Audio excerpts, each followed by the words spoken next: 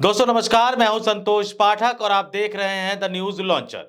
Bharatiya Janata party की राजनीति में बहुत बड़ा घमासान मचा हुआ है। दिल्ली से लेकर उत्तर प्रदेश, उत्तर प्रदेश से लेकर राजस्थान, राजस्थान से लेकर हरियाणा, हरियाणा से लेकर महाराष्ट्र, इन तमाम राज्यों में एक के बाद एक नेता भारतीय जनता पार्टी के आला कमान के खिलाफ खड़े होने का साहस दिखाने लगे हैं, खड़े होने की हिम्मत दिखाने लगे हैं। और जब मैं जिक्र कर रहा हूं भारतीय जनता पार्टी के आला कमान का, तो इसका मतलब एक ही है, देश के प्रधानमंत्री नरेंद्र मोदी और उनके करीबी अभिन्न सहयोगी, जिन्हें उन्होंने दिल्ली आने से पहले अपने दूत के रूप में दिल्ली भेज दिया था 2013 में। जी हां, समझ गए होंगे आप, देश के केंद्रीय गृह मंत्री अमित शाह।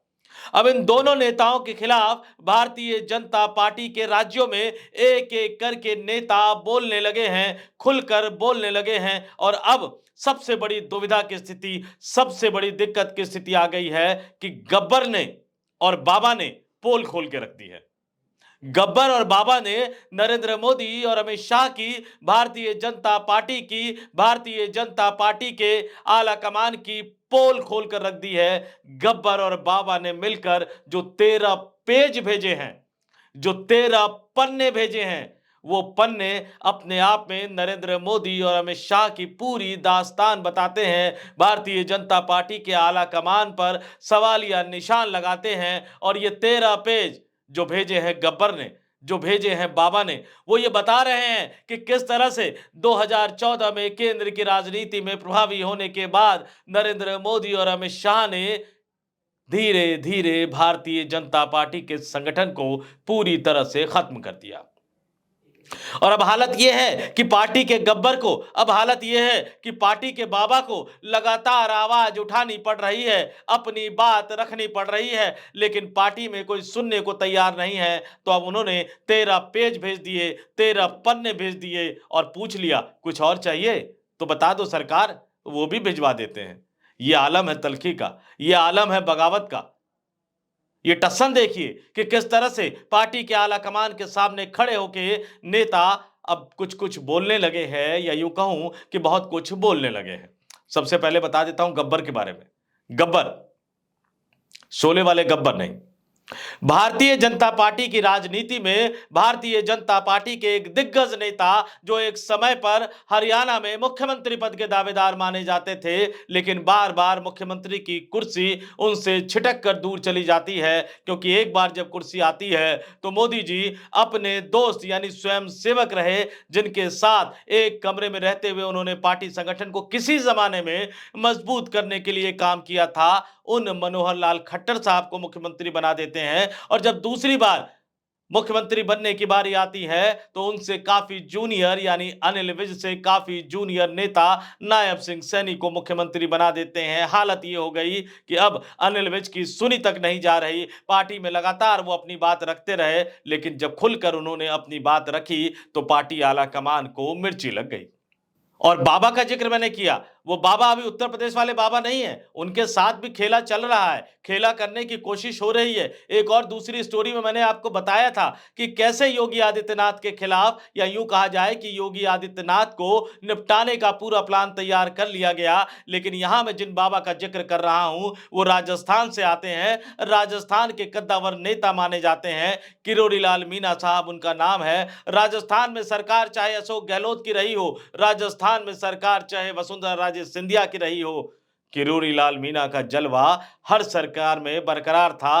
अभी भी सरकार में किरोड़ी लाल मीणा मंत्री हैं, मुख्यमंत्री भजनलाल शर्मा हैं, लेकिन उनकी व्यथा सुनी नहीं जा रही। मंत्री पद से वो इस्तीफा दे चुके हैं, जेपी नड्डा से मुलाकात करके गुहार भी लगा चुके हैं, लेकिन जेपी नड्डा अपने सम्मान की रक्षा तो कर नहीं पा रहे, दूसरे के सम्मान की रक्षा कहां से करेंगे। तो मजबूरी में बाबा को भी बोलना पड़ गया, खुलकर बोलना पड़ गया, तो पार्टी ने उनको भी नोटिस थमा दिया।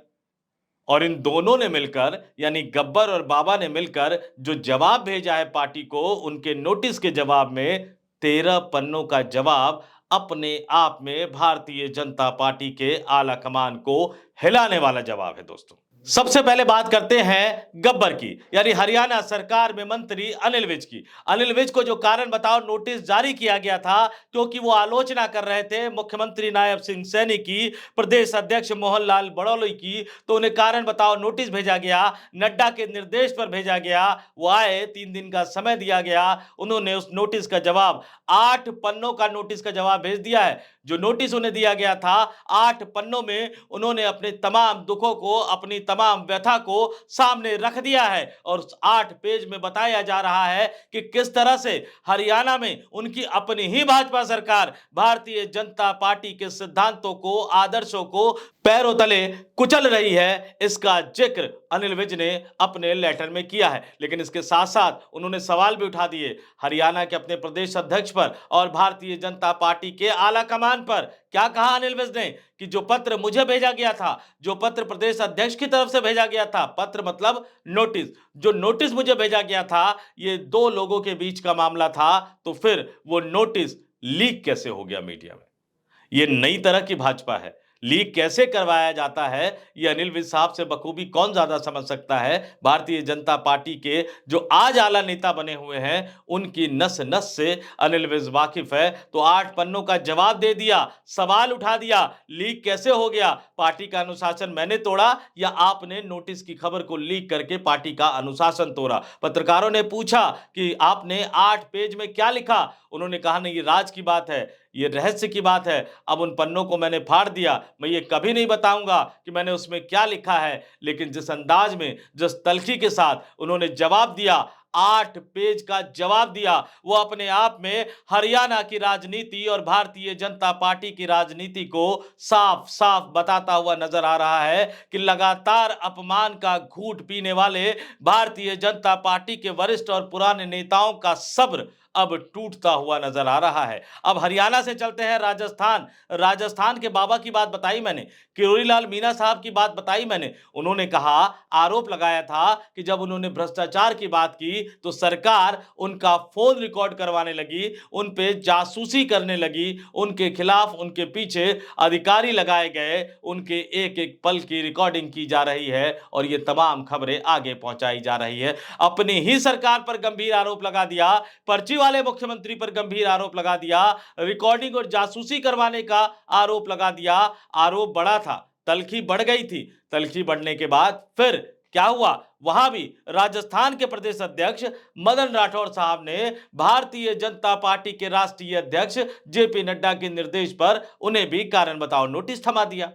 3 दिन के अंदर जवाब देने का वक्त दिया। अब किरोड़ी लाल मीणा साहब ठहरे पुराने नेता, जवाब दे दिया उन्होंने, ठोक कर जवाब दिया, 5 पेज का जवाब दिया। 8 पन्नों का जवाब अनिल विज ने दिया, यानी गब्बर साहब ने।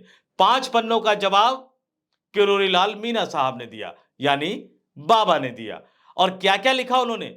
जवाब देने के साथ साथ मेल पर जवाब भेजा और उसका सीसी उन्होंने पार्टी के राष्ट्रीय अध्यक्ष जेपी नड्डा को भी भेज दिया और यह लिखते हुए कहा कि नड्डा साहब, मैंने आपसे समय मांगा था, आपने मुझे बुलाया था, मैं आपसे मिलने आपके आवास पर आया था, तमाम बातें, तमाम तथ्य आपके सामने रखे थे, लेकिन कुछ बदलाव नहीं हुआ। मैं फिर से आपसे मिलना चाहता हूं, मुझे मिलने का समय दीजिए, मैं अपनी बात आपके सामने रखना चाहता हूं।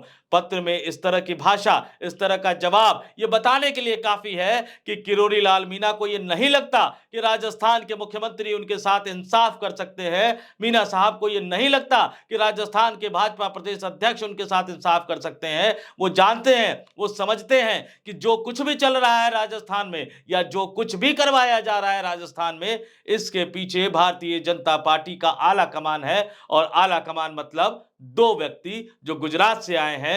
आला कमान मतलब गुजरात, यानी गुजरात से आने वाले उन दोनों व्यक्तियों के प्रतिनिधि जेपी नड्डा। अब आगे तो जवाब भेज नहीं सकते थे, तो जेपी नड्डा साहब को फिलहाल उन्होंने अपने जवाब का सीसी करके मेल पर भेज दिया, समय मांगा, तमाम मुद्दों को गिनाया और ये गिनाते गिनाते किरोड़ी लाल मीणा साहब ये भी कहते हुए नजर आए कि वो अनुशासित सिपाही है, पार्टी की छवि को नुकसान पहुंचाने के बारे में वो कभी सोच भी नहीं सकते, लेकिन जनता से जुड़े मुद्दे उठाना जरूरी है, भ्रष्टाचार से जुड़े मुद्दे उठाना जरूरी है, सरकार के कामकाज में कुछ गड़बड़ी है तो उसको बताना जरूरी है। और वो अपनी बातें जो रख रहे हैं वो सिर्फ जनता के हितों को सामने रखकर रख रहे हैं, सरकार के खिलाफ नहीं है, सरकार की छवि खराब नहीं कर रहे हैं, पार्टी की छवि खराब नहीं कर रहे हैं। लेकिन जिन मुद्दों के आधार पर जनता से वो वोट मांगने गए थे, भारतीय जनता पार्टी के उम्मीदवारों को चुनाव में जितवाने के लिए, उन मुद्दों को उठाना उनके लिए जरूरी है, जनता से जुड़े रहना उनके लिए जरूरी है। तो चाहे अनिल विज हो, चाहे किरोड़ी लाल मीणा हो, ये दोनों साफ साफ कह रहे हैं कि साहब,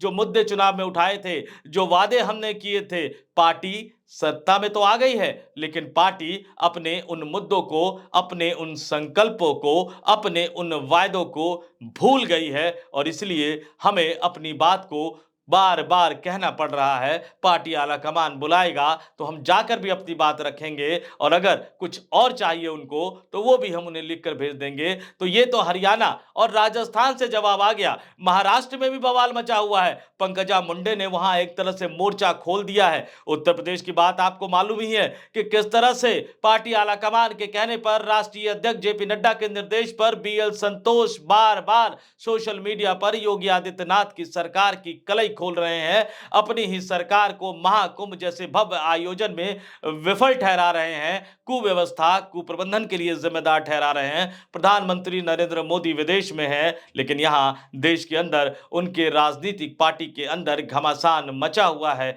लग रहा है कि दिल्ली की बाजी तो भारतीय जनता पार्टी ने किसी तरह से जीत ली, लेकिन दिल्ली को जीतना पार्टी के लिए शुभ नहीं होने जा रहा है, क्योंकि दिल्ली जीतने के साथ ही पार्टी में बगावतों का एक नया दौर शुरू हो गया है। और निश्चित तौर पर यह तय मानकर चलिए कि आने वाले दिनों में भारतीय जनता पार्टी के अंदर मच रहा यह घमासान और तेजी पकड़ेगा, और उसके बाद हो सकता है कि इन नेताओं से हिम्मत लेकर कई और नेता सामने आए, जो लगातार पिछले कुछ वर्षों से बार बार अपमान का सामना कर रहे हैं। जैसे पार्टी के वरिष्ठ नेताओं को दरकिनार कर बार बार अनुभवहीन नेताओं को या नए नेताओं को राज्यों की कमान सौंपी जा रही है, और उसके बाद उनके नेतृत्व वाली सरकार में उनसे वरिष्ठ नेता, उनसे अनुभवी नेताओं को मंत्री के रूप में शामिल किया जा रहा है। और मुख्यमंत्री तो मुख्यमंत्री होता है, कुछ समय वो अपने आप को जरूर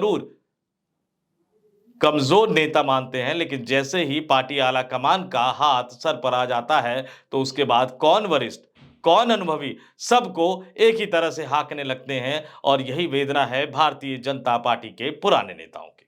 तो इस वीडियो में फिलहाल इतना ही। मुझे यानी संतोष पाठक को दीजिए इजाजत। आप तमाम लोग देखते रहिए द न्यूज लॉन्चर। नमस्कार।